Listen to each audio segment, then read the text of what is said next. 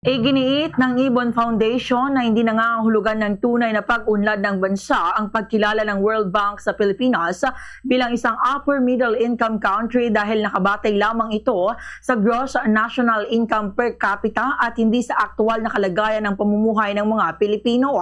Sa panayam ng Bombo Radyo Kawan kay Ginoong Sunny Africa, Executive Director ng Ibon Foundation, na sinabi niya na ang batayan ng World Bank ay ang gross national income per capita o ang kabuang kita ng ekonomiya na hinati sa bilang ng populasyon.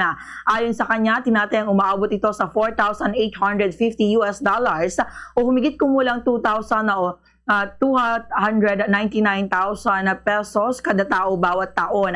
Anya, ginagamit lamang ang naturang klasifikasyon upang matukoy kung magkano ang interest rate na ipapataw ng mga international lending institutions tulad ng World Bank sa mga bansang umutang, at hindi ito dinisenyo bilang sukatan ng tunay na pag-unlad ng isang bansa.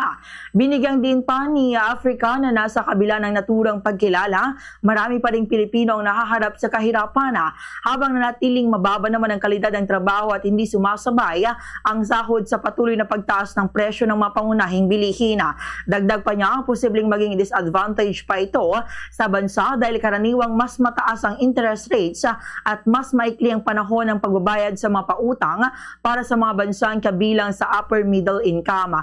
Ayon kay Africa, maaaring maramdaman ng mga Pilipino ang epekto nito sa pamamagitan ng mas mataas na gastos ng pamahalaan sa pagbabayad ng utang na maaari namang makaapekto sa pondong inilalaan para sa iba pang mahalagang programa at serbisyo. Gayunman, sinabi niyang maaari pa rin magkaroon ng positibong epekto kung magagamit ng maayos ang mga pondong uutangin para sa mga proyektong makatutulong sa pagpapabuti ng kabuhayan ng mga mamamayan, partikular na sa sektor ng agrikultura at iba pang mahalagang industriya. Samantala, ginit naman ng opisyal ng Ibon Foundation na mas makabubuti kung palalakasin ng pamahalaan ang pangongolekta ng buwis mula sa malalaking negosyo at mayayamang sektor upang magkaroon ng sapat na pondo para sa mga programang direktang makikinabang ang mas nakakaraming Pilipino.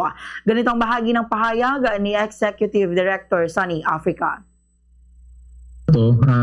Tuloy-tuloy ang paglalabas ng balita ng upper middle income tayo.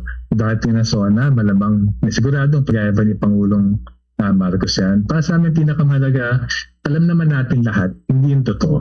Alam naman natin, hindi man tayo biglang upper middle income. Hindi nawawala yung panawagan sa pagpapalakas ng lokal na industriya, pagsuporta sa lokal na agrikultura, at pagbibigyan ng tulong sa lahat na nangailangan ng tulong at serbisyo. So sa amin, huwag natin tanang-tanan yan, walang nagbago sa upper middle income status na to. Actually, may hirapan pa tayo kasi mas mahal ng pautang mula sa labas.